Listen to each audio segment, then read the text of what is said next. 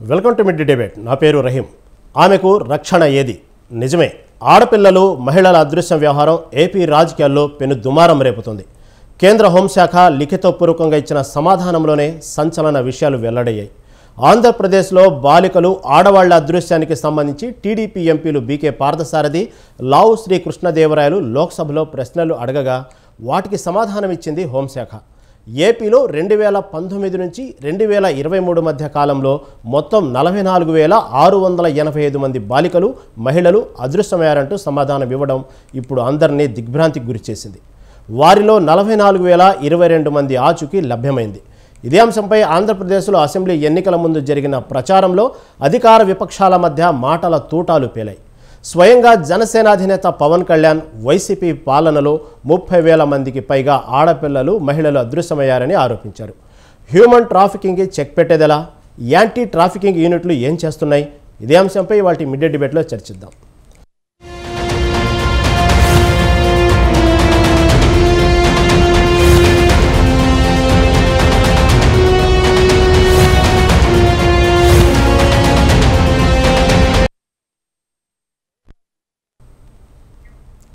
Welcome back. ఆడపిల్లల అదృశ్యం ఇప్పుడు ఇదే హాట్ టాపిక్. పార్లమెంట్లో లావు శ్రీకృష్ణదేవరాయలు, పార్థసారథి కేంద్ర ప్రభుత్వాన్ని నిలదీయటం ఇప్పుడు హాట్ టాపిక్గా మారింది. ఇన్ని వేల మంది ఆడపిల్లల అదృశ్యం వెనుక ఏమవుతుంది, ఏం జరుగుతుంది, ఎందుకు మిస్ అవుతున్నారు? ఇదే అంశంపై మనతో పాటు చర్చించడం డిబేట్లో పార్టిసిపేట్ చేస్తున్నారు ప్రముఖ సామాజికవేత్త కృష్ణకుమారి గారు. నమస్తే అండి. అదేవిధంగా ప్రముఖ help NGO secretary Nimmaraju Rammohan గారు. సార్ నమస్తే అండి. అదేవిధంగా వైసీపీ సీనియర్ నాయకులు మాదిరెడ్డి శ్రీనివాసరెడ్డి గారు. నమస్తే అండి. కృష్ణకుమారి గారు, ముందుగా మీరు చెప్పండి, ఈ ఆడపిల్లల అదృశ్యం అనేది ప్రతి సంవత్సరం ఈ మిస్సింగ్ సంబంధించినటువంటి రిపోర్ట్లో యాంటీ ట్రాఫికింగ్ యూనిట్లు ప్రతి సంవత్సరం ప్రకటిస్తూనే ఉంటాయి ఇంతమంది మిస్ అయ్యేది. ముఖ్యంగా ప్రధానంగా చూసుకుంటే 2019 నుంచి ఇప్పటి వరకు చూస్తున్నారు కదా, అంకెలు 44,000కి పైగా మిస్సింగ్ అవ్వటం. దాంట్లో దాదాపుగా 44,000 మంది కూడా ఆచూకీ లభ్యమవటం, 1,700 మంది పైగా ఇంతవరకు ఆచూకీ గుర్తు రాకపోవటం.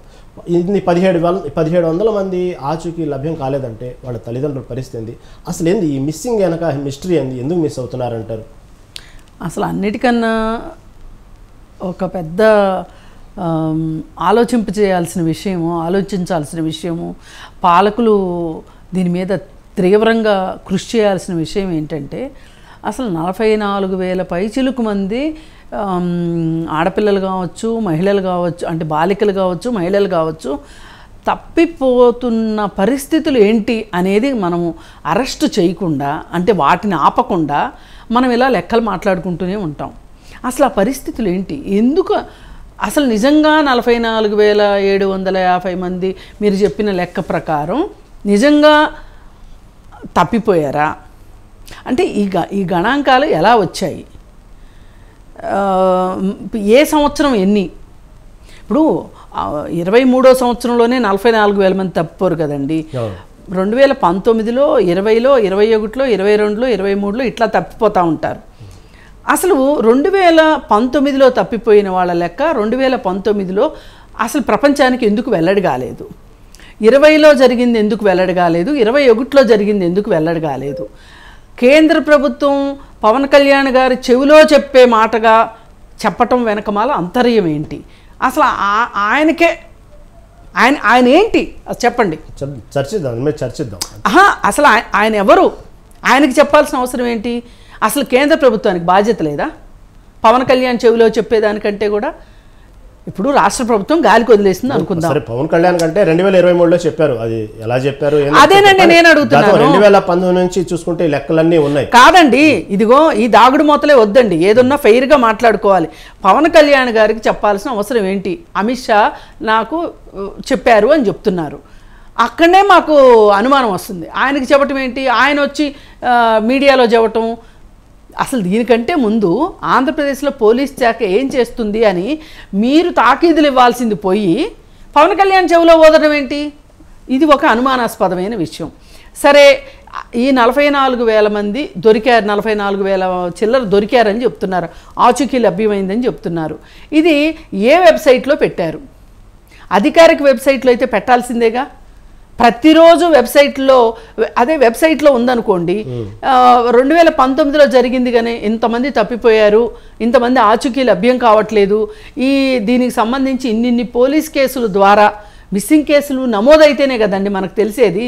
ఇప్పుడు ఎవరో ఎల్లయ్యో పుల్లయ్యో చెప్తే మనం మిస్ అయ్యారని అనం కదా, ఏదైతే నమోదైందో అదే వెల్లడవుద్ది కదా. పలానా పోలీస్ స్టేషన్లో పలానా జిల్లాలో కనీసం ఇంతమంది మిస్ అయ్యారు అనేది వాళ్ళు అసలు వెబ్సైట్లో పెట్టారా లేదా వైసీపీ ప్రభుత్వం వాళ్ళు? పెట్టకపోతే ఎందుకు పెట్టలేదు అని అడగాల్సిన బాధ్యత ఎవరిది? కేంద్ర హోంశాఖ మంత్రిత్వ శాఖది. పైగా ఇంకోటి ఏంటి, మేము చీమ చిటుక్కుమన్నా కనుక్కుంటాము, సరిహద్దు ప్రాంతాల్లో మేము అసలు మా గస్తీ మామూలుగా లేదు, మా దగ్గర అసలు ఆ సాంకేతికత ఉంది, ఈ సాంకేతికత ఉంది అని చెప్పేటప్పుడు 5 సంవత్సరాలు మీరు నిద్రపోతున్నారా? సరే, రాష్ట్ర ప్రభుత్వం పట్టించుకోలే, మీరేం చేశారు? ఇవన్నీ మాట్లాడుతూ నేను కోరుకునేది ఏంటి అంటే, అసలు మహిళలు తప్పిపోవటానికి ఉన్న పరిస్థితులు ఏంటి అనేది ఆలోచించమని కోరుతున్నాను. రైట్, దాని మీద చర్చిద్దాం. మంచి ప్రశ్న వేశారు. ఎందుకు అలాంటి పరిస్థితులు ఎందుకు వస్తున్నాయి, ఆడపిల్లలు తప్పిపోవడానికి కారణాలు ఏంది, పరిస్థితులు ఏందనేది ఓకే, దాని మీద మళ్ళీ చర్చిద్దామండి. మంచి పాయింట్ అడిగారు. రామ్మోహన్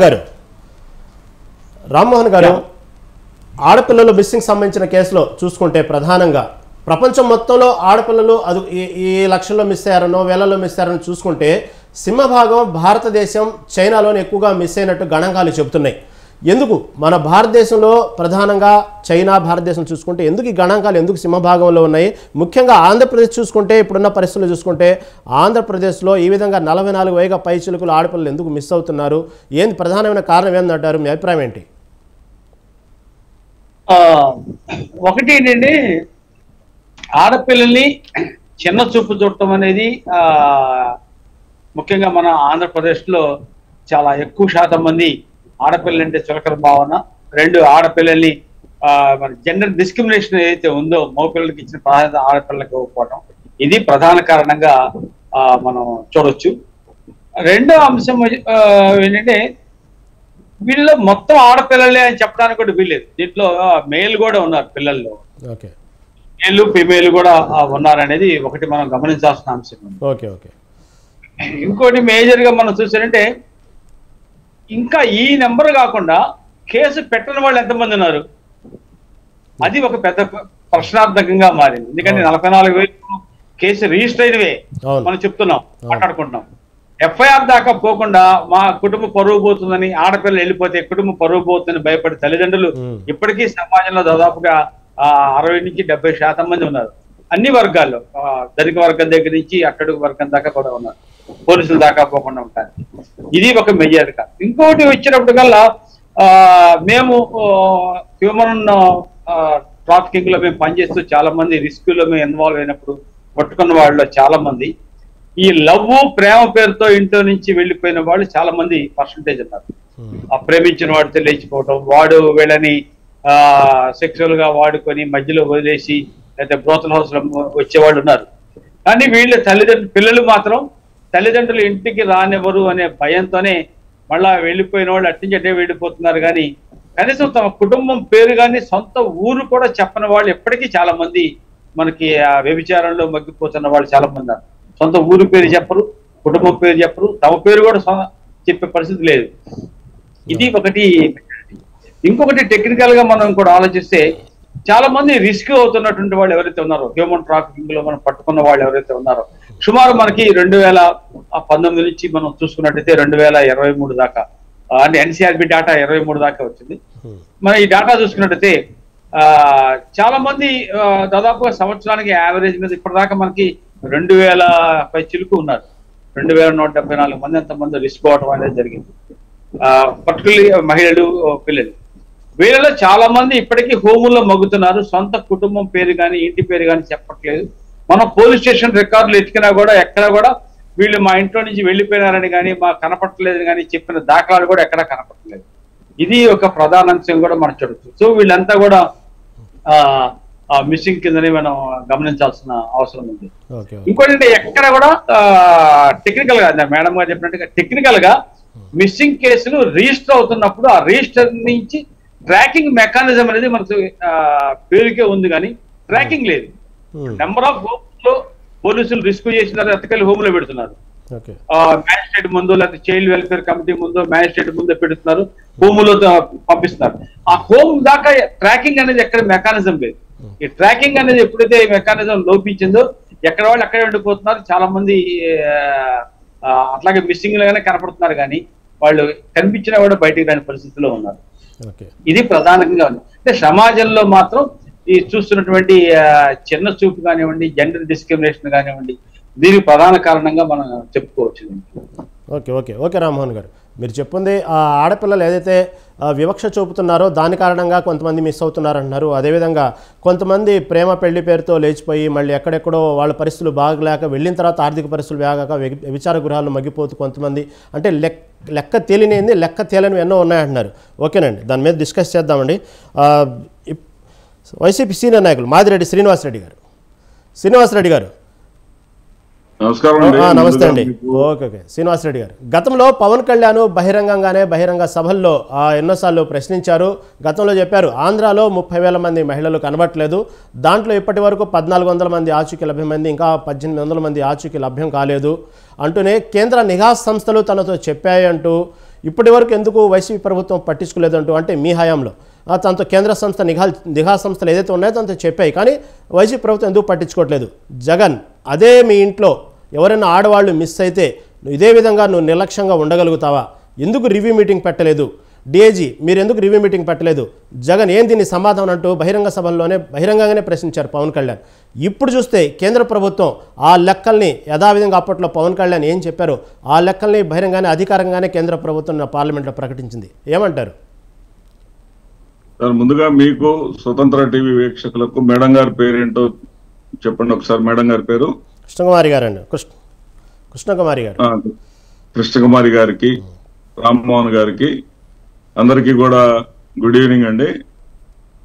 ఇక్కడ ఆంధ్రప్రదేశ్ రాష్ట్రంలో కూటమి ప్రభుత్వం కూటమి ప్రభుత్వం ఎన్నికల్లో ఫైట్ చేసిందే అసత్యాల మీద, అసత్య ప్రచారాలతోటి, అబద్ధాలతోటి ప్రజల్ని మాయ చేసి ఏమార్చి వాళ్ళు అధికారంలోకి వచ్చారు. అందుట్లో భాగమని అనిపిస్తా ఉంది ఇదంతా చూస్తా ఉంటే.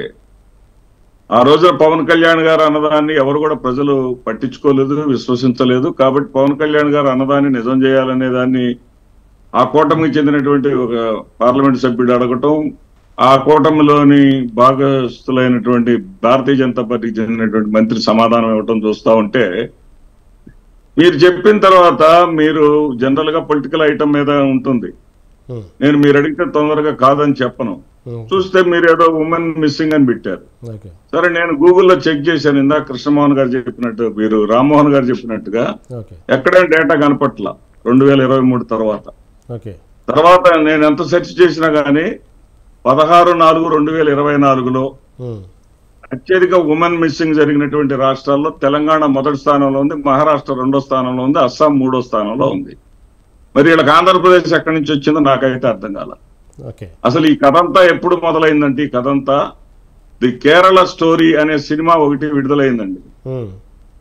2016 నుంచి 2020 వరకు జరిగినటువంటి మహిళల మిస్సింగ్ల మీద అప్పట్లో ఒక స్టడీ చేశారు. వాళ్ళు స్టడీ చేయడానికి కూడా ఒక బేసిక్ ఉంది, ఒక కారణం ఉంది. ఆ సినిమా తీయడానికి కూడా కారణం ఉంది. మన భారతదేశంలో స్త్రీని పరమ పవిత్రంగా మనం చూసుకుంటాం, స్త్రీని గౌరవిస్తాము. ఎక్కడ స్త్రీ సుఖంగా సంతోషంగా ఉంటుందో ఆ ప్రాంతం బాగుంటుంది, సంతోషంగా ఉంటుందని చెప్పుకుంటా ఉంటాం. ఇలాంటి దేశంలో ఉన్నటువంటి స్త్రీలు చాలా ప్రమాదకర పరిస్థితుల్లో పడ్డారని జూన్ 26, 2018 ఒక నివేదిక మొత్తం ప్రపంచంలో మహిళలు డేంజర్ జోన్ లో ఉన్నటువంటి మహిళలు ఏ దేశంలో ఎక్కువ ఉన్నారంటే భారతదేశంలో ఎక్కువ మంది ఉన్నారు అని చెప్పేసి ఆ నివేదిక ద్వారా వెల్లడైంది. వెల్లడైన తర్వాత అతనికి సినిమా తీయాలనిపించింది. ఆ కేరళ అతను తీశాడు. తీసినప్పుడు కూడా ఆ కేరళకు చెందినటువంటి ఆ కేరళ రాష్ట్రంలో ఎన్సీఆర్బి నివేదిక ప్రకారం 2016 నుంచి 2020 వరకు 4 సంవత్సరాల్లో కేరళ రాష్ట్రంలో 29,943 మంది అండి. కానీ గుజరాత్ లో 48,753 మంది, 48,753 మంది. మరి ఈ వాస్తవాలను ఎందుకు దాచిపెడుతున్నారండి? ఎవరి కోసం దాచిపెడుతున్నారండి? అంటే తెలుగు వాళ్ళు అంటే చులకన? తెలుగు వాళ్ళు అంటే ఇప్పుడు పవన్ కళ్యాణ్ గారు చెప్పారు, ఆయన అధికారంలోకి వచ్చి 60 రోజులైంది, 32,000 మంది మిస్సింగ్ అయ్యారన్నారు. ఒక అమ్మాయిని ఏదో తీసుకొచ్చారు భీమవరం దగ్గర 9 నెలల క్రితం మిస్ అయింది. మిస్ అయిన అమ్మాయిని అధికారంలోకి వచ్చిన 9 రోజుల్లోనే పవన్ కళ్యాణ్ గారు తీసుకొచ్చారని మీడియా ఊదరగొట్టింది. తీరా ఆమె యొక్క చరిత్ర చూస్తే ఆమె వెనకాల ఒక వాలంటీర్ గాని వైఎస్ఆర్సీపీ నాయకుడు గాని ఎవరూ లేరని, అది ఒక ప్రేమ వివాహమని, ప్రేమ పెళ్లిని పెద్దలు అంగీకరించకపోతే కులాలు మతాతీతమైనటువంటి ఆ వివాహానికి పెద్దల నుంచి యాక్సెప్టెన్స్ రాదని పవన్ కళ్యాణ్ మీరు ఇంటికి వచ్చిన తర్వాత మీరు వాళ్ళు అంగీకరించాలని పెద్దల దగ్గర మాట తీసుకున్న తర్వాత వాళ్ళు ఇంటికి వచ్చారని తేలింది. మరి దానికి వైసీపీకి ఏం సంబంధం అండి? ఇక్కడ వైసీపీని కాదు వీళ్ళు చేస్తా ఉంది, మొత్తం తెలుగు జాతిని, తెలుగు ప్రజలందరినీ కూడా వీళ్ళు అవమానిస్తా ఉన్నారు, ఇబ్బంది పెడతా ఉన్నారు. నిజంగా చెప్పాలంటే ముందున్నటువంటి రాష్ట్రాలు ఏంటంటే వీటన్నిటికంటే అత్యధిక అక్రమ రవాణా జరుగుతున్నటువంటి రాష్ట్రాలు. పశ్చిమ బెంగాల్ మొదటి స్థానంలో ఉంది యాజ్ ఆన్ టుడే. పశ్చిమ బెంగాల్ మొదటి స్థానంలో ఉంది, రాజస్థాన్ 2వ స్థానంలో ఉంది, గుజరాత్ 3వ స్థానంలో ఉంది. తీసుకొచ్చి ఆంధ్రప్రదేశ్ ఏదో దారుణం జరిగిపోయింది అని చెప్పేసి ఎంత దుర్మార్గం అండి ఇది, ఎంత నీచం అండి ఇది. ఒక తెలుగువాడిగా పుట్టిండి తెలుగు వాళ్ళగా తెలుగు రాష్ట్రాలను గురించి బయట ప్రపంచానికి అన్యాయంగా చెప్పడం అనేది దాన్ని చూస్తా ఉంటే వీళ్ళు మనుషులా, ఇలాంటి వాళ్ళ ప్రజాప్రతినిధులుగా ఎన్నుకున్నదే అనిపిస్తా ఉంది. మీరు రాజకీయ లక్ష్యాలను సాధించారు, అబద్ధాలు చెప్పారు. ఇప్పుడు అప్పట్లో జగన్మోహన్ రెడ్డి గారు అప్పుల మీద అప్పులు చేశారన్నారు.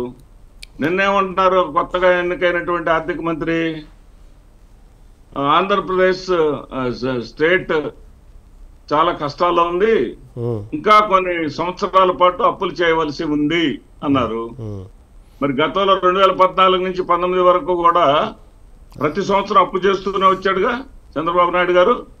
ఆ తర్వాత శ్రీనివాస్ రెడ్డి గారు ఎఫ్ఆర్బిఎం నిబంధనలకు లోబడి 1.2% టాపిక్ సైడ్ వెళ్ళిపోతుంది. అప్పులు చేశాంగా మేము. అంటే టాపిక్ సైడ్ వెళ్ళిపోతుంది. మీరు చెప్పినట్టుగానే ఆంధ్రప్రదేశ్, గుజరాత్ ఇవన్నీ లేవు అంటూనే ఆంధ్రప్రదేశ్ చాలా తక్కువ ఉంది, అయినా ఎందుకు మీరు ఆంధ్రప్రదేశ్ పరువు తీస్తున్నారు అన్నారు కాబట్టి వాళ్ళు కేంద్ర ప్రభుత్వం విడుదల చేస్తున్నారు. కోపం ఉంటే మీరు వైసీపీ మీద తెచ్చుకోండి, కేంద్ర ప్రభుత్వం పరువు తీయకండి అనేది నా అభిప్రాయం. ఓకే చర్చిద్దాం. ఎందుకంటే ఆల్రెడీ కేంద్ర ప్రభుత్వం ప్రకటించింది జిల్లాల వారీగా, గ్రామాల వారీగా, జిల్లాల వారీగా, మండలాల వారీగా. శ్రీనివాస్ రెడ్డి గారు ప్లీజ్ వినండి. 44,685 మంది మిస్ అయ్యారు అంటున్నారు, 44,000 మంది ట్రేస్ అవుట్ అయ్యారు అంటున్నారు. 685 మంది ట్రేస్ అవుట్ కావటం అదెంత పని? అదే మిగతా 1785 మంది ఎవరైతే ఉన్నారో హైలైట్ చేయాల్సిన అవసరం ఉందా? అవునవును శ్రీనివాస్ రెడ్డి గారు, ఊరికే అనలేదు అనే దాన్ని ఇదంతా ఒక బురద చల్లటం, ఒక ఫేక్ ప్రచారం అనేది, ఫేక్ డేటా అనేది నా యొక్క అభిప్రాయం. ఓకే శ్రీనివాస్ రెడ్డి గారు ఓకే చర్చిద్దాం. మీరు చెప్పినట్టుగానే ఆ 1785 మంది ఎవరెవరు ఏంది అనేటువంటి గణాంకాలు జిల్లా లెవెల్లో కానివ్వండి, మండల స్థాయిలో, గ్రామ స్థాయిలో కూడా ఒక లిస్ట్ విడుదల చేశారు, ఎన్ఏఎఫ్ఐఆర్ నమోదైనట్టు. దాని మీద డిస్కస్ చేద్దామండి. మనతో పాటు జాయిన్ అయ్యారు జనసేన వీర మహిళ సుజాత గారు.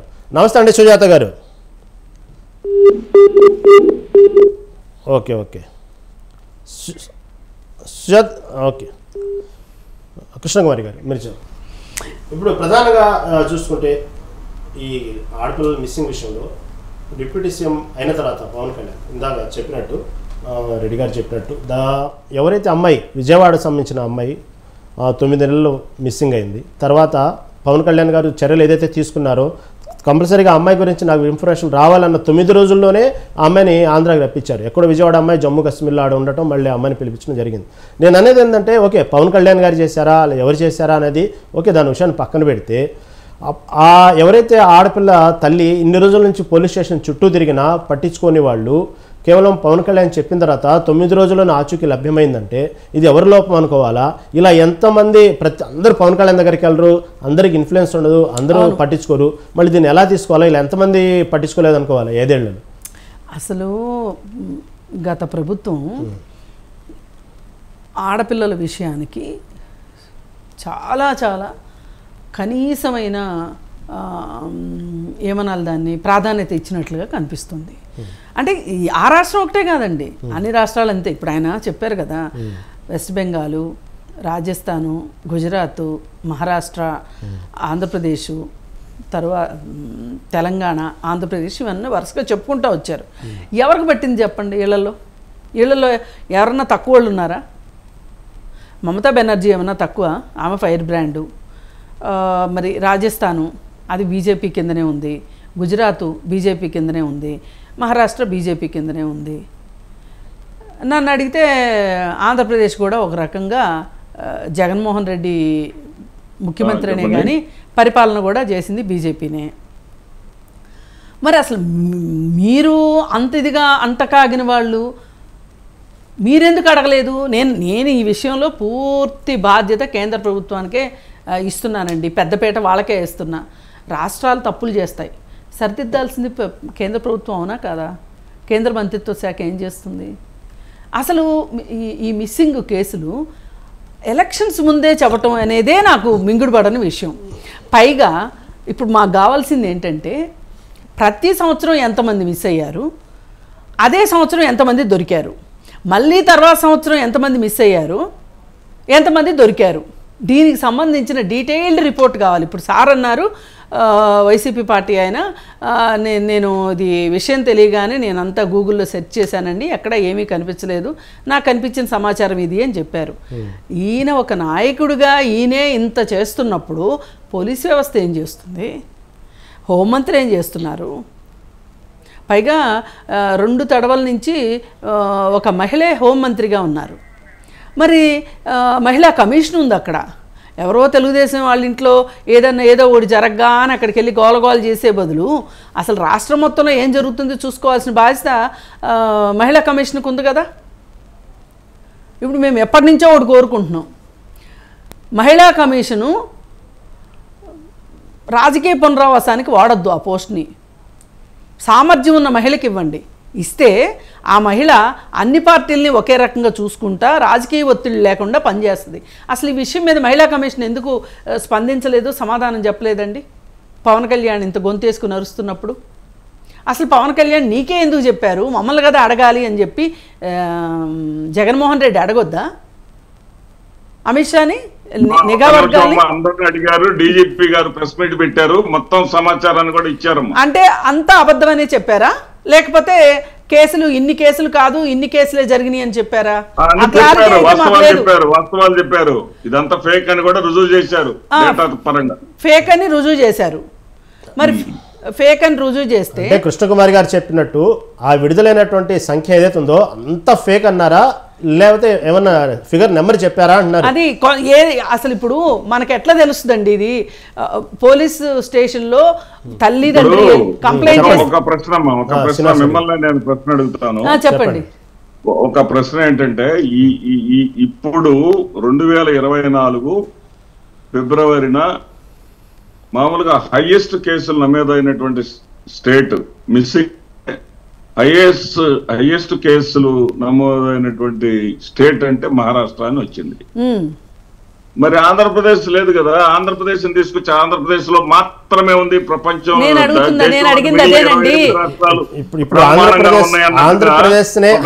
మెసేజ్ ఇవ్వటం అనేది దాని మీద నేను మీకు సపోర్టివ్ గానే మాట్లాడుతున్నా. నేను చెప్తుంది మొదటి నుంచి అదే. అసలు పవన్ కళ్యాణ్ చెవులో ఊదటానికి ఓదాల్సిన అవసరం బీజేపీకి ఏమొచ్చింది? అసలు పవన్ కళ్యాణ్కే ఎందుకు చెప్పారు? ఎవరికి చెప్పాలి? వాళ్ళు నిఘా వర్గాలు, రాష్ట్ర నిఘా వర్గాలను హెచ్చరించాలి, మా దగ్గర ఈ ఇన్ఫర్మేషన్ ఉంది, ఏంటి చెప్తారు సమాధానం అని చెప్పి. అసలు పవన్ కళ్యాణ్కి చెప్పే ఉద్దేశమే నాకు ఇక్కడ ఇది ఒక రాజకీయ ఉద్దేశంతో జరిగింది అంటాను. నేను మీ వైపే మాట్లాడుతున్నా. కాకపోతే నేననేది ఏంటంటే అప్పట్లో పవన్ కళ్యాణ్ చెప్పిన మాట వాస్తవమే, కేంద్ర హోంశాఖ సహాయ శాఖ మాకు చెప్పిన ఇన్ఫర్మేషన్ ఇచ్చారన్నమాట వాస్తవమే. దాంతో పాటు రాజ్యసభలో కూడా అప్పట్లో నేను అదే అంటున్నానండి, శ్రీనివాసరెడ్డి గారు పవన్ కళ్యాణ్కి ఎందుకు చెప్పాలంటే శ్రీనివాసరెడ్డి గారు పవన్ కళ్యాణ్ గారు ఆ కేసుని ఆయన ఏమి ఛేదించి తీసుకురాలా. తల్లిదండ్రులు అప్పటిదాకా పోలీసులు కానీ వ్యవస్థ కానీ ఎవరికి నిజాన్ని చెప్పలా. పవన్ కళ్యాణ్ గారికి నిజాన్ని చెప్పారు. అమ్మాయి పలానోడితోటి పలానా చోటకి వెళ్ళిపోయిందండి, పలానా చోట ఉంటుందండి, ఇక్కడ తెప్పించండి, మేమేమన్నామంటే వచ్చింది ఆ అమ్మాయి. అదే పోలీసులకు ఎందుకు చెప్పలేదు అంటారు, పవన్ కళ్యాణ్ ఎందుకు చెప్పారు పేరెంట్స్? పోలీసుల వైఫల్యం ఏమీ లేదు. అదేనండి పవన్ కళ్యాణ్ ఎందుకు చెప్పారు వాస్తవం? దగ్గరకు పోయి రోగాన్ని దాచకూడదు, పోలీసుల దగ్గర పోయి నిజాన్ని దాచకూడదు.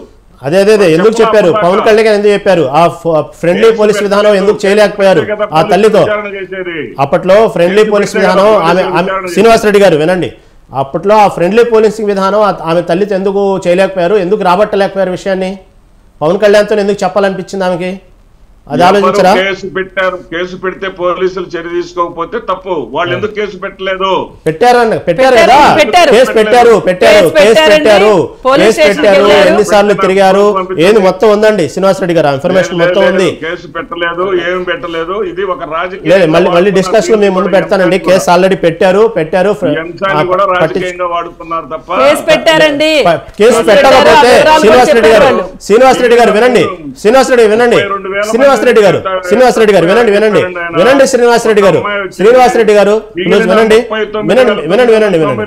వినండి మీ సైడ్ ఇలా కాదు. శ్రీనివాసరెడ్డి గారు కేసు పెట్టకపోతే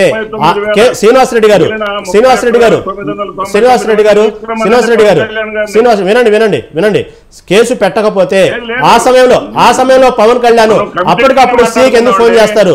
ఫలానా కేసు అని ఎలా ఫోన్ చేస్తారు? సీకి ఎలా ఫోన్ చేయగలుగుతారు? ఫలానా కేసు సంబంధించిన ఎలా చేయగలుగుతారు? అప్పుడు ఆన్ స్పాట్ తల్లి ముందు ఫోన్ చేశారు కదా పవన్ కళ్యాణ్, సీతో మాట్లాడారు కదా. శ్రీనివాసరెడ్డి గారు వినండి, రాజకీయాలతో ముడిపడితే ఇట్లాంటి తేలవండి. దయచేసి నేనేమంటున్నాను, బాలలు మహిళలకి సంబంధించిన ఇట్లాంటి రక్షణ సంరక్షణ విషయాలైనా కనీసం రాజకీయం చేయొద్దని కోరుకుంటున్నా. ఇప్పుడు స్వచ్ఛంద సంస్థలకు ఉన్నంత జ్ఞానము పరిజ్ఞానం కూడా రాజకీయ నాయకులు లేదు. అసలు వీళ్ళు మహిళల పట్ల వీళ్ళకి శ్రద్ధ లేదు. ఆ శ్రద్ధే ఉంటే గనక నేను ఈ పార్టీ ఆ పార్టీ అనట్లేదండి, అన్ని పార్టీలు మహిళా కమిషను సర్వస్వతంత్రంగా సర్వసత్తాకంగా పనిచేయాల్సిన కమిషను. ఆ మహిళా కమిషన్ ఎంత దారుణంగా ప్రవర్తించిందండి తెలంగాణలో కావచ్చు. మొదటి 5 సంవత్సరాల్లో అసలు తెలంగాణలో మహిళా కమిషనే లేదు. మనం ఎందుకంటే ఈ 2 రాష్ట్రాలని మనం దగ్గరగా చూస్తాం కాబట్టి నేను ఈ 2 రాష్ట్రాల గురించి మాట్లాడుతున్నా. ఆంధ్రప్రదేశ్లో వాసిరెడ్డి పద్మ గారిని వేశారు. వాళ్ళు వాసిరెడ్డి పద్మ గారిని వేస్తే ఏ రోజైనా వాసిరెడ్డి పద్మ గారు ఎంతవరకు స్పందించారో చెప్పమనండి. వాళ్ళ గుండెల మీద చేసుకొని నేనేమంటున్నానంటే కాదండి, అలా కాదు, భారతీరెడ్డి గారి మీద ఒక కామెంట్ చేయగానే ఆవిడ రెస్పాండ్ అయ్యారు కానీ మిగతా ఎన్ని విషయాలు జరిగినాయి అక్కడ ఏ రోజు మాట్లాడలేదు. ఇప్పుడు ఈ మహిళల మిస్సింగే వచ్చింది. ఈ మహిళల మిస్సింగ్ వచ్చినప్పుడైనా సరే ఎంతవరకు మాట్లాడారు ఆవిడ? మాట్లాడలేదు. అందుకే ప్రతిదీ రాజకీయం చేయొద్దండి. కొన్ని విషయాల్ని మనం నిష్పక్షపాతంగా బాలబాలికల విషయాలు కావచ్చు, మహిళల విషయాలు కావచ్చు, రక్షణ విషయమే, నేను మిగతా అన్ని విషయాల గురించి మాట్లాడట్లా. ఇంకొకటండి, ఎందుకంటే నేనేమంటున్నానంటే కేవలం మీరు చెప్పినట్టుగానే పవన్ కళ్యాణ్ ఒక్కళ్ళే చెప్పలేదండి. పవన్ కళ్యాణ్ బహిరంగ సభలో చెప్పిన మాట వాస్తవమే, కేంద్ర హోంశాఖ చెప్పి. కాకపోతే అదే సమయంలో కేంద్ర హోంశాఖ మంత్రి ఎవరైతే ఉన్నారో అజయ్ మిశ్రా కూడా అప్పట్లోనే ఆ సంవత్సరం క్రితం ఎప్పుడైతే పవన్ కళ్యాణ్ చెప్పిన సందర్భంలోనే అజయ్ మిశ్రా కూడా అధికారంగా చెప్పారు 2 తెలుగు రాష్ట్రాల్లో ఎంతమంది. నేను అడుగుతుంది అది కాదండి, వీళ్ళకి రాజకీయ లక్ష్యము రాజకీయ ఉద్దేశం లేకపోతే పవన్ కళ్యాణ్కి ఎందుకు చెప్తారంటే హూ ఈజ్ పవన్ కళ్యాణ్ అండి? ఆ రోజు డిప్యూటీ సీఎం అండి, అప్పట్లో ఉన్నారు, అప్పట్లో బీజేపీతో కలిసి ఉన్నారు. అంటే బీజేపీతో ఉన్న వాళ్ళకి చెప్తారా మీరు? వాళ్ళకంటూ వాళ్ళ పార్టీ ఎజెండాలు ఈ ఎజెండాలు వద్దంటున్నా నేను. ఈ ఎజెండాలు ఉండబట్టే ఇలా ఏడ్చింది.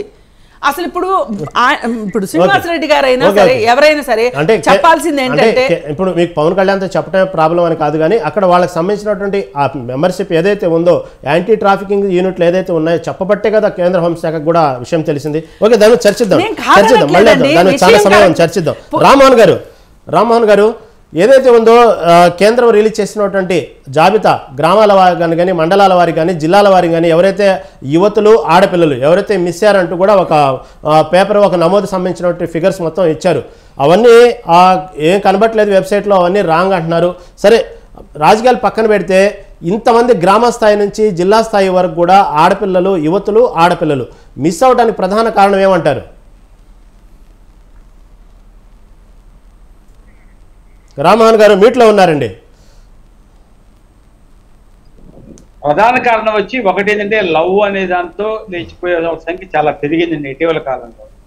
నెంబర్ 2 వచ్చేటప్పటికల్లా ఫ్యామిలీలో వైఫ్ అండ్ హస్బెండ్ కుటుంబం మధ్య సఖ్యత లేకపోవడం కానివ్వండి, డొమెస్టిక్ వైలెన్స్ ఇంట్లో ప్లేస్ చేసుకోవడం కానివ్వండి, లేకపోతే వివాహేతర సంబంధాలు అమ్మ కానీ నాన్న కానీ వేరువేరుగా వివాహేతర సంబంధాలు పెట్టుకున్న కుటుంబాల్లో కానివ్వండి.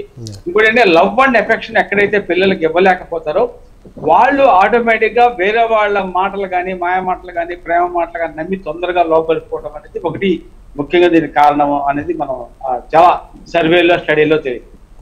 ఇంకోటి ఏంటంటే ఇప్పుడు మనం చూసినట్టయితే ఎంతమంది దొరుకుతున్నారు. ఇప్పుడు 2019లో దాదాపుగా ఓన్లీ 300 మంది 300 చిల్లర మంది దొరకల. సేమ్ 2020లోకి వచ్చేటప్పటికల్లా కూడా ఒక 300 మంది దొరకల. సో ఇట్లా మనం చూస్తుంటే 2023కి వచ్చేటప్పటికల్లా ఓన్లీ 55 మంది మిస్సింగ్ ఉన్నారు. ఇక్కడ మనం ఏ స్టేటులో ఎక్కువ ఉన్నారు ఏ స్టేట్ తక్కువ ఉన్నారు కదా, ఏ స్టేట్ లో ఎక్కువ ఉన్నా ఏ స్టేట్ తక్కువ ఉన్నా ఒక్కలైనా సరే మిస్సింగే. ఆ మిస్సింగ్ ని మనం ట్రేస్ చేయలేకపోవడం మనం ప్రధాన కారణం. దానికి మనం ఎందుకు గ్యాప్ అనేది మనం వెతకాల్సిన అవసరం ఉంది.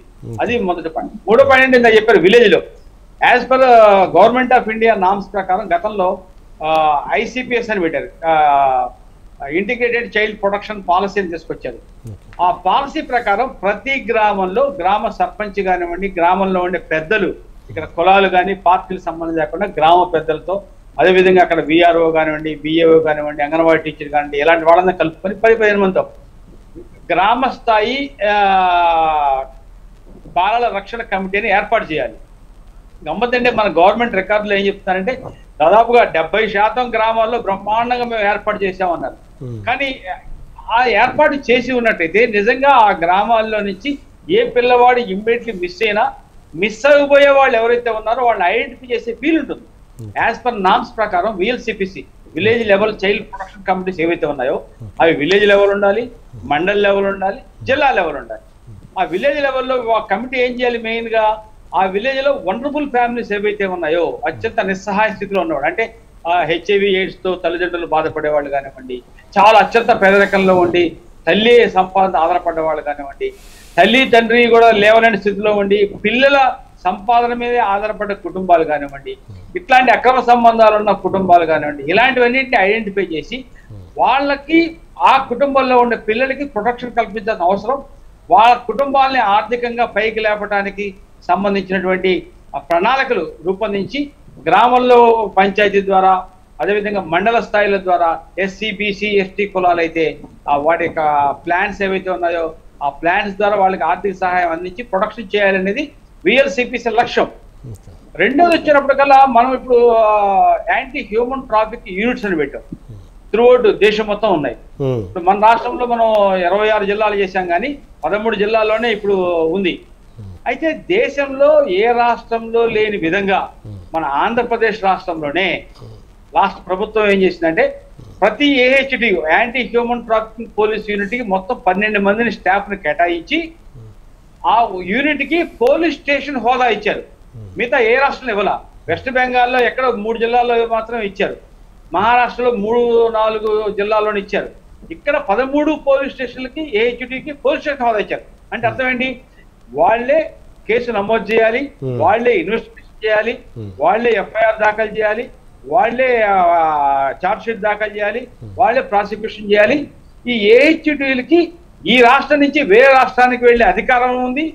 ఈ రాష్ట్రం నుంచి ఇంకో దేశం వెళ్ళాలంటే నేషనల్ లెవెల్లో ఉన్నటువంటి NIS సంస్థ ఉందో దానికి ద్వారా ఇతర దేశాల నుంచి కూడా పిల్లల్ని వెనక్కి తీసుకురావాలి. ఈ AHT యొక్క ప్రాధాన్యతమైన ఉద్దేశం ఏంటంటే మిస్సింగ్ కేసులు ఏ స్టేషన్ లో మిస్సింగ్ అయినా కూడా వాళ్ళు FIR నమోదు చేసిన వెంటనే ఆ కేసుని యాంటీ హ్యూమన్ ట్రాఫిక్ యూనిట్ కి తరలించాలి. ట్రాన్స్ఫర్ చేయాలి. సో ఏహెచ్టియు మాత్రమే నేరుగా ఆ కేసుని చూడాలి. ఎందుకంటే ఏహెచ్టికి ఇంకేం పని లేదు, ఓన్లీ మిస్సింగ్, హ్యూమన్ ట్రాఫికింగ్. అంటే మిస్సింగ్ లో నుంచే హ్యూమన్ ట్రాఫికింగ్ అవుతున్నారు కాబట్టి ఈ కేసు మాత్రమే చూస్తారు. మామూలు పొలిటీషన్లు ఏమవుతుంది, మర్డర్లు, హత్యలు కానివ్వండి, అదే పొలిటికల్ పార్టీల నాయకులకి గన్మెన్లు కానివ్వండి, వాళ్ళ పర్యటనలకు వెళ్ళటం కానీ మెన్ లేదు. ఇంకోటి గమనించాల్సిన అవసరం అంటే ఇప్పుడు ఏహెచ్టీలు ఉన్నా కూడా సరైన స్టాఫ్ లేరు ఇప్పటికీ. అసలు మామూలు పోలీస్ స్టేషన్ లోనే స్టాఫ్ లేరు, మనకి మెన్ లేరు. ఈ కేసుల్ని ఇన్వెస్ట్ చేయాలంటే రియల్ గా మెన్ లేకపోవడం వల్ల వెళ్ళలేకపోతుంది. ఓకే రామ్మోహన్ గారు, మీరు ప్రక్రియ అనేది చాలా చక్కగా వివరించారు. ప్రక్రియ అనేది ఏ విధంగా ఉన్నది, ట్రాఫికింగ్ అనేది. ఓకే, ఇదే అంశం మీద చర్చిద్దాం. యువతులు, ఆడపిల్లలు మిస్సింగ్ పై మనతో పాటు చర్చించడానికి ఫోన్లో ఉన్నారు జనసేన వీర మహిళ సుజాత గారు. సుజాత గారు నమస్తే అండి. ఏదైతే పార్లమెంట్లో లావు శ్రీకృష్ణదేవరాయలు కానివ్వండి, పార్థసారథి కానీ కేంద్ర ప్రభుత్వాన్ని ప్రశ్నించారు ఆడపిల్లలు, యువతుల మిస్సింగ్ మీద. ప్రముఖంగా ఆంధ్రప్రదేశ్లో మిస్సింగ్ మీద ప్రశ్న అడిగారు. గతంలో పవన్ కళ్యాణ్ కూడా ఇదే విషయం మీద ఎన్నోసార్లు మాట్లాడారు, బహిరంగ సభల్లో మాట్లాడారు. ఆంధ్రప్రదేశ్ ముఖ్యంగా 30,000 మంది మహిళలు మిస్ అయ్యారంటూ కూడా గతంలో చెప్పారు. కానీ అదే సంఖ్యని, అదే పరిస్థితిని ఈరోజు పార్లమెంట్లో ప్రస్తావన తీసుకొచ్చారు. కానీ కేంద్ర నిఘా సంస్థలు పవన్ కళ్యాణ్కి ఎందుకు చెప్పినప్పట్లో, కేంద్ర నిఘా సంస్థలు అప్పట్లో ఉన్న వైసీపీ ప్రభుత్వానికి ఎందుకు చెప్పలేదు అంటూ కూడా ప్రశ్నిస్తున్నారు. దీన్ని ఏమంటారు? సార్, ముందుగా మీకు అలాగే స్వతంత్ర వీక్షకులకి నమస్కారం అండి. అసలు కంపేర్ చేస్తున్నారు చూడండి, నిస్సిగ్గుగా, నిర్లజ్జగా పక్క రాష్ట్రాలతోటి కంపేర్ చేసి అక్కడ ఇంతమంది మిస్ అవ్వలేదా, ఇక్కడ ఇంతమంది మిస్ అవ్వలేదా, మన దగ్గర ఇంతే కదా మిస్ అయ్యారు అనే మాట ఏదైతే ఉందో చాలా దారుణం సార్. ఇది పక్క రాష్ట్రాలతో కంపేర్ చేసుకోండి, అభివృద్ధిలో కంపేర్ ఎందుకు చేసుకోరు, అప్పుల విషయంలో ఎందుకు కంపేర్ చేసుకోరు, యువతకి ఉద్యోగాల విషయంలో ఎందుకు కంపేర్ చేసుకోరు, మీరు ఆడపిల్లల విషయంలో పక్క రాష్ట్రాల్లో కూడా అంత మిస్ అయ్యారని చెప్పి నిస్సిగ్గుగా కంపేర్ చేస్తున్నారా? అసలు ఏమైనా అర్థం ఉందా సార్ ఆ మాటకి? ఇంకొక విషయం ఏంటంటే, పవన్ కళ్యాణ్ గారు హూ ఇస్ పవన్ కళ్యాణ్ అంటారు. ఆంధ్రప్రదేశ్ రాష్ట్రంలో ఒక సామాన్య పౌరుడికి మహిళలు మిస్ అయిపోతే అడిగే అర్హత లేదా? వాళ్ళు ఆర్టీఐ ఫైల్ చేస్తే ప్రభుత్వం వాళ్ళకి ఇన్ఫర్మేషన్ ఇవ్వదా? దానికి ఒక రాజకీయ నాయకుడు అయి ఉండాలా, ఒక ముఖ్యమంత్రి అయి ఉండాలా, ఒక ఎమ్మెల్యే అయి ఉండాలా? అసలు ఏ బేసిస్ తోటి మాట్లాడుతున్నారు సార్? సుజాత గారు, అప్పట్లో పవన్ కళ్యాణ్ ఒక ఎమ్మెల్యే కూడా కాదు, కానీ కేంద్ర నిఘా సంస్థలు ఎక్కడైనా అధికార పార్టీకి కానీ, అప్పట్లో అధికారంలో డిఐజీలకు కానీ, లేదా అక్కడ సీఎం కానీ, ఆ పేషకు కానీ చెప్తారు.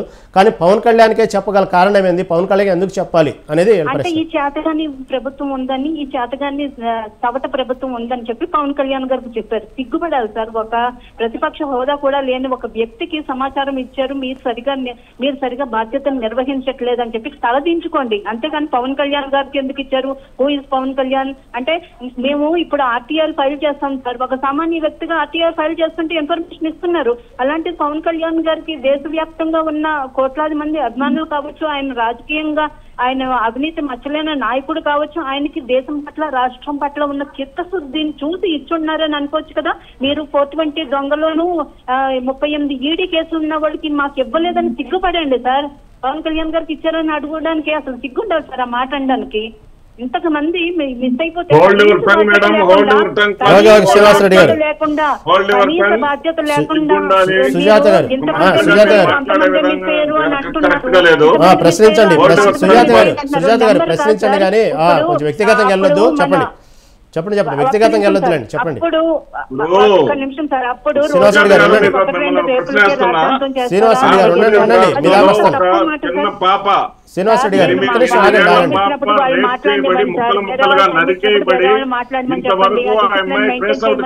డిబేట్ లో చెప్పండి. వారు మాట్లాడినప్పుడు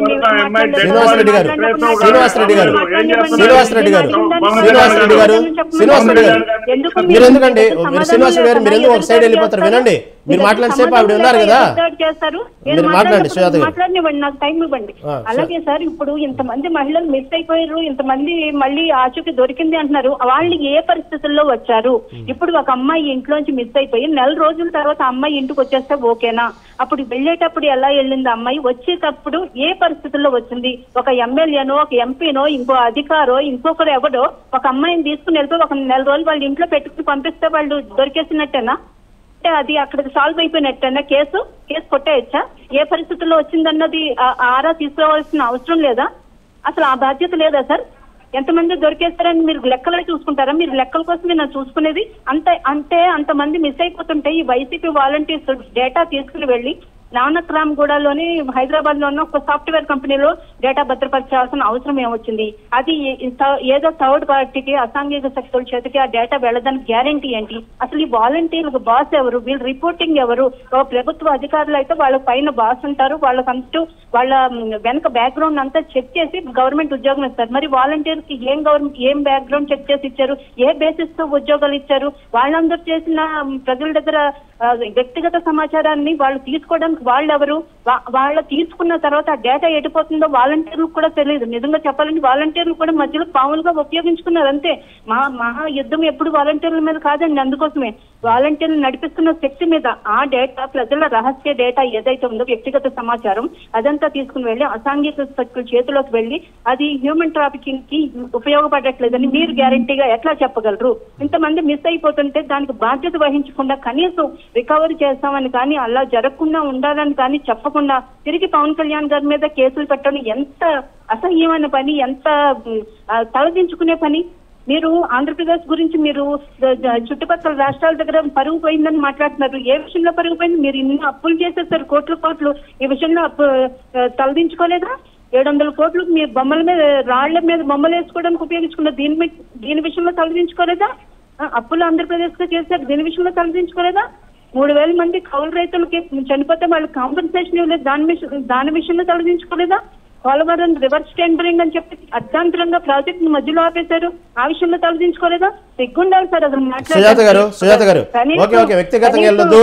సరే, రాజకీయాలు కాదు ఇక్కడ, రాజకీయాలు కాదు, అప్పుల గురించి కాదు, ఇక్కడ మహిళల మిస్సింగ్ గురించి మాట్లాడదాం. ఓకే, మీ దానికి శ్రీనివాసరెడ్డి గారిని అడుగుతున్నా. శ్రీనివాసరెడ్డి గారు, మొదటి నుంచి జనసేన పార్టీ ఇదే ప్రశ్నిస్తుంది, వాలంటీర్లు హ్యూమన్ ట్రాకింగ్ చేశారు, వాలంటీర్లు అందరూ హ్యూమన్ ట్రాకింగ్ జరిగింది అంటూ కూడా జనసేన ప్రశ్నిస్తుంది. అదేవిధంగా వ్యక్తిగత సమాచారం వెళ్ళి సంఘ విద్రోహ శక్తులు పెట్టారు వాలంటీర్లు, ఎవరైతే ఒంటరి మహిళలు ఉన్నారో వారినే టార్గెట్ చేసింది, కాబట్టి దీని వెనక వైసీపీ పెద్దల హస్తం ఉంది అంటూ కూడా గతం నుంచి జనసేన ఇదే స్టేట్మెంట్ ఇస్తుంది. ఏమంటారు దీన్ని?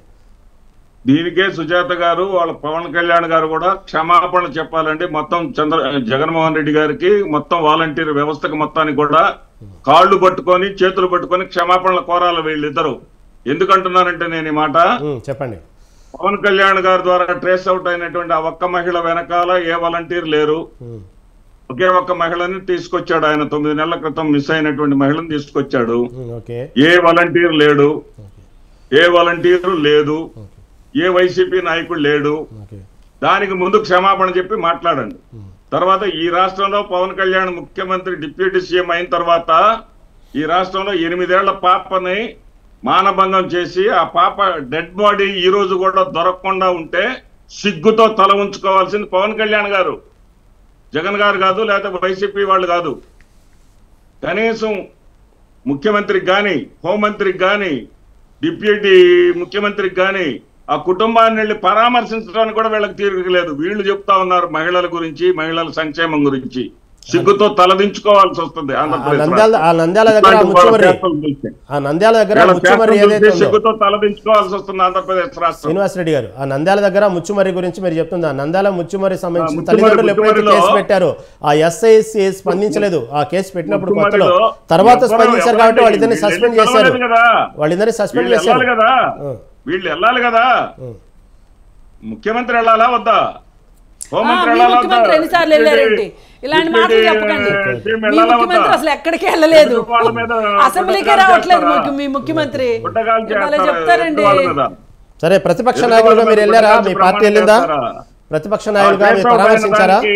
మరి దాని వెనకాల వాలంటీర్ లేని దానికి, వైసీపీ వాళ్ళు లేని దానికి ముక్కు నేలకు రాసి క్షమాపణ చెప్తారా?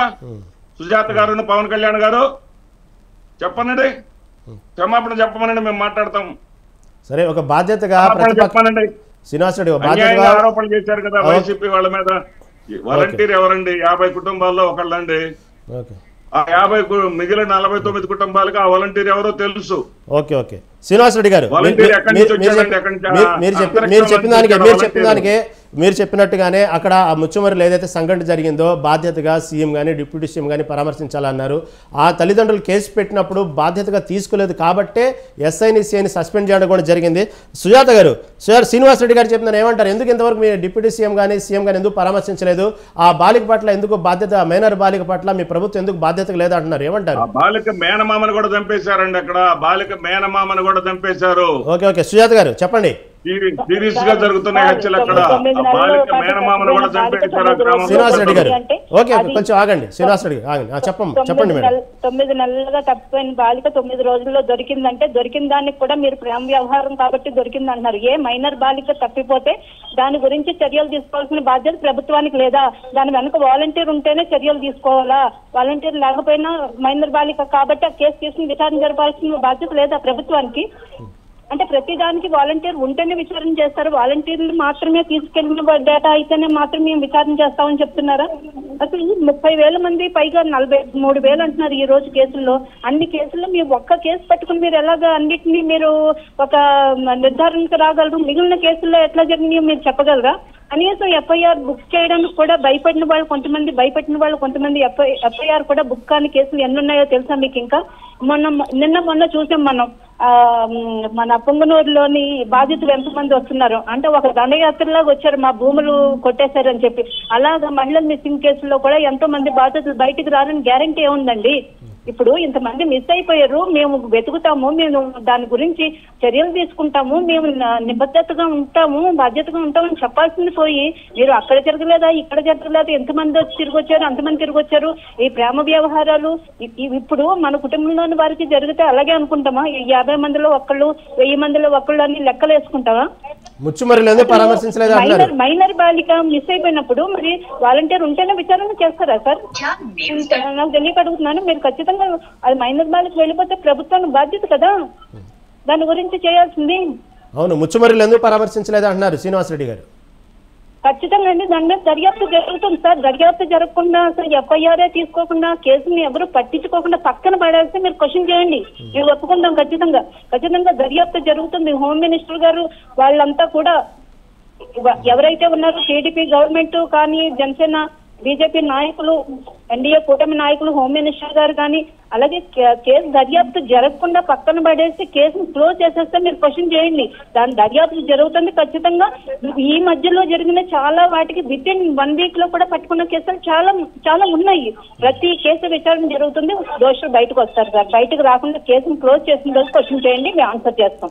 ఓకే సుజాత గారు, అంటే ఇంకా మీరు ఏదైతే ఉందో ముచ్చుమరి సంబంధించిన వాటిలో ఇంకా జరుగుతానే ఉంది, చార్జ్ షీట్ ఇంకా నమోదు కాలేదు అంటున్నారు. ఓకే, దాన్ని మాట్లాడదాం. అవునండి, రోజుకు బయటకు వస్తుంది, దాంట్లో ఖచ్చితంగా అది కేసు రన్నింగ్ అవుతుంది, ఖచ్చితంగా దాని మీద విచారణ జరుగుతుందండి. చూడండి ఎవరి కాళ్ళు ఎలా చెప్తున్నారు.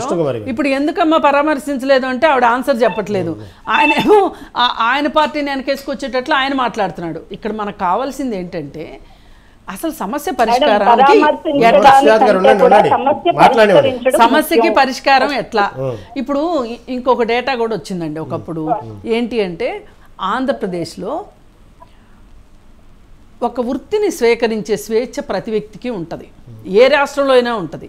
కానీ ఆంధ్రప్రదేశ్లో ఒక వృత్తిని స్వీకరించే చాయిస్ మహిళలకి వ్యభిచారాన్ని వృత్తిగా స్వీకరించే చాయిస్ తీసుకునేంత అగత్యంలో ఆంధ్రప్రదేశ్ మహిళల పరిస్థితి ఉంది అని చెప్పి ఒక డేటా వచ్చింది. అంటే ఇది ఎందుకు జరిగింది అనేది రాజకీయ నాయకులు ఆలోచించట్ల. ఆడ ఉపాధి కోల్పోయారు, ఈ ఉపాధి కోసం వెతుక్కుంటూ వెళ్ళిన చోట్ల అత్యాచారాలు జరుగుతున్నాయి. ఇప్పుడు ఆంధ్రప్రదేశ్లో ఒక కుటుంబం వచ్చి ఎల్బీ నగర్ వచ్చి స్థిరపడితే ఆ పాప మీద అంతా కలిపి ఆ పాపకి 4 ఏళ్ళు 5 ఏళ్ళు ఉంటాయండి. ఆ పాప మీద అఘాయిత్యం జరిగింది. ఇప్పుడు ఇక్కడ లోకల్గా వాళ్ళకి ఒక్కళ్ళు కూడా సపోర్ట్ రాలేదండి, ఎందుకంటే వీళ్ళు ఆంధ్రా నుంచి వచ్చారు అని. అయితే ఆ కాలనీ పెద్ద మనిషి ఎవరో వచ్చి ఆదుకున్నారు, వాళ్ళకి చాలా సహాయం చేశారు. ఆ తర్వాత మహిళా సంఘాలుగా మేము వెళ్ళి ఆ పాపని కామినేని హాస్పిటల్లో జాయిన్ చేసి అంటే నేను ఇదంతా ఎందుకు చెప్తున్నానంటే ఏ రాష్ట్రంలో అయితే ఉపాధి కోల్పోతారో ఆ రాష్ట్రం నుంచి ఉపాధి కోసం వేరే ప్రాంతాలకు వెళ్ళినప్పుడు వాళ్ళకి అది పూర్తిగా కొత్త ప్రాంతం అవుతుంది. అయినప్పుడు వాళ్ళ మీద ఇట్లాంటి అత్యాచారాలు జరిగే అవకాశం ఉంటుంది. అలాగే అలా ఉపాధిని వెతుక్కుంటూ ఇప్పుడు ఆ చేసిన అతను ఎవరు అనుకుంటున్నారు? హైదరాబాద్లో ఒరిస్సా అతను, ఒరిస్సా నుంచి అతను ఉపాధి కోసం వచ్చాడు, వీళ్ళు ఇక్కడి నుంచి ఉపాధి కోసం వీళ్ళు వచ్చారు. అంటే మనము ఈ అత్యాచారాల్ని అరికట్టాలి అంటే పేదరికాన్ని నిర్మూలించకుండా అత్యాచారాలను అరికట్టలేము. ఈ మిస్సింగ్ కేసులు వెనక కూడా మనం ఎంతసేపు ఏం మాట్లాడుకుంటున్నాము అంటే ప్రేమ వ్యవహారాలు, లేకపోతే భార్యాభర్తల మధ్య విభేదాలు, ఇలా ఇవి మాట్లాడుకుంటున్నాం. కానీ ఉపాధిని వెతుక్కునే క్రమంలో కూడా ఆడవాళ్ళు అదృశ్యం అవుతున్నారు. ఆ కోణంలోకి మనం వెళ్ళట్లా. ఎందుకు అంటే ఆ మాట అంటే ఏమవుతుందంటే ఏ రాజకీయ పార్టీకైనా చెయ్యింది మేమే కదా అని వస్తుంది కదా, అందుకని దాన్ని టచ్ చేయట్లా. పైపైన మాట్లాడుకుని మనము గాయం మానాలని చూస్తామా లేకపోతే ఉపశమనానికి జెండు బామ్ రాసుకుంటామా అనేది మనం ఈ పాలకులకు ఉండాలి ఆ థింకింగ్. అవును, మీరు చెప్పినట్టుగా కృష్ణకుమారి, వాస్తవంగా ఈ రాజకీయ పరిస్థితులు రాజకీయ నాయకులు ఏదైతే ఆర్థిక పరిస్థితులు పట్టించుకోకుండా ఉండటం వల్ల కానివ్వండి, ఆర్థికంగా దాదాపుగా ఆర్థికంగానే చుట్టూ ముడిపడే ఉంటాయి, చుట్టూ ముడిపడి ఉంటాయి ఆర్థిక సమస్యలతో పాటు.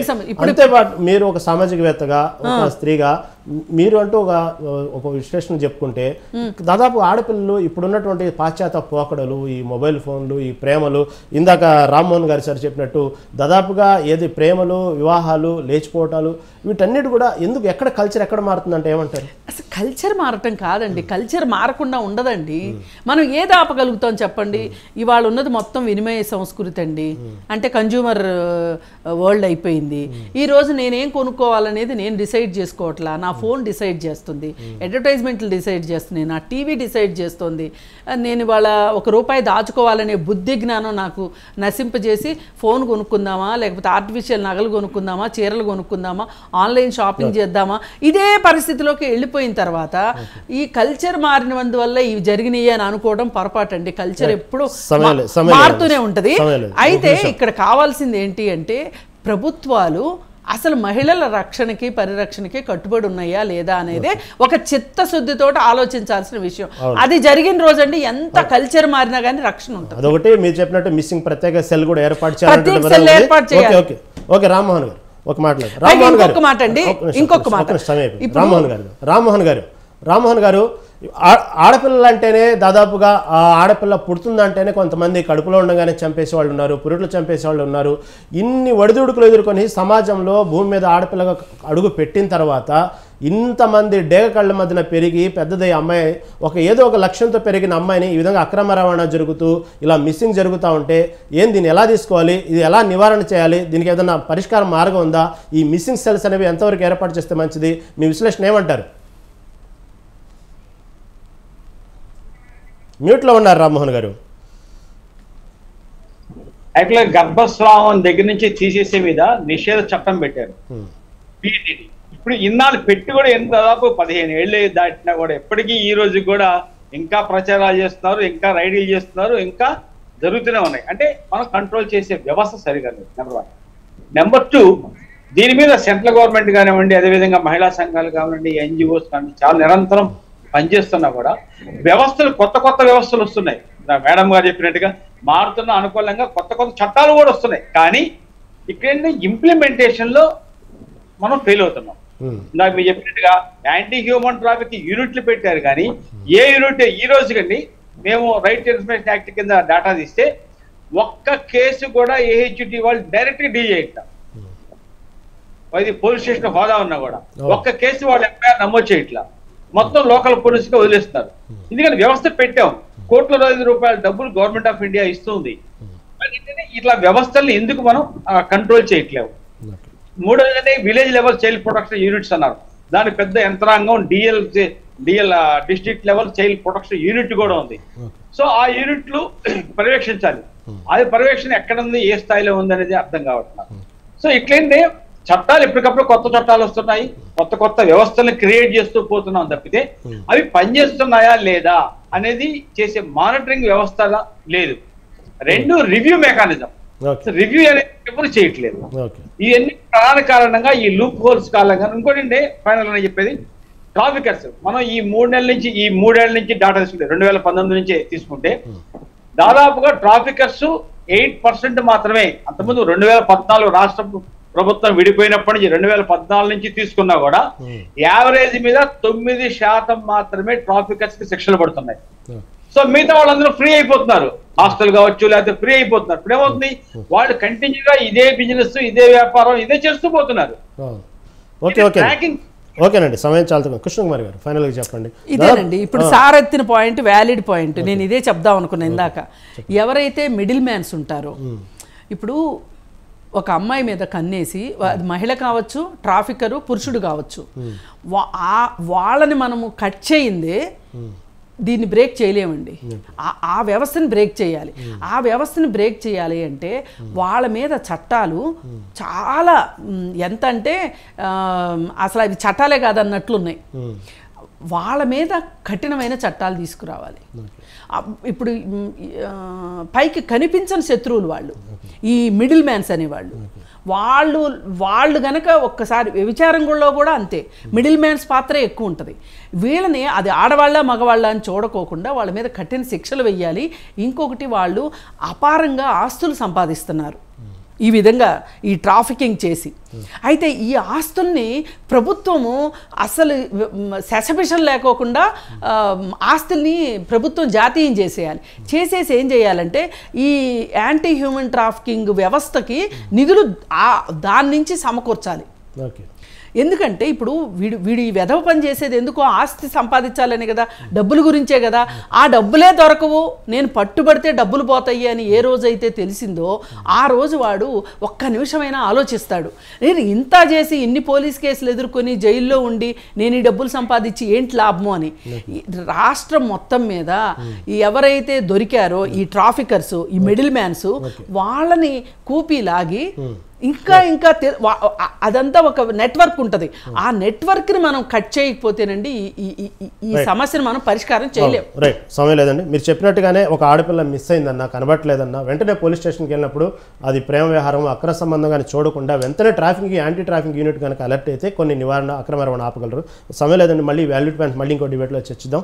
ఓకే, చర్చలో పాల్గొన్నందుకు రామ్మోహన్ గారికి, అదేవిధంగా కృష్ణకుమార్ గారికి, శ్రీనివాసరెడ్డి గారికి, సుజాత గారికి ధన్యవాదాలండి. ఇది ఈనాటి డిబేట్. పార్లమెంట్లో ప్రధానంగా ఆంధ్రప్రదేశ్ మహిళలు, యువతుల మిస్సింగ్ మీద ప్రధానంగా చర్చ జరిగింది. కాబట్టి అక్రమ రవాణా అనేది అరికట్టాలి, యాంటీ ట్రాఫిక్ యూనిట్ అనేది పనిచేస్తేనే అక్రమ రవాణా అరికట్టవచ్చు. ఇది ఈనాటి మిడ్ డిబేట్. రేపు మిడ్ డిబేట్ మళ్ళీ కలుద్దాం. అందరూ చూస్తూనే ఉండండి స్వతంత్ర టీవీ.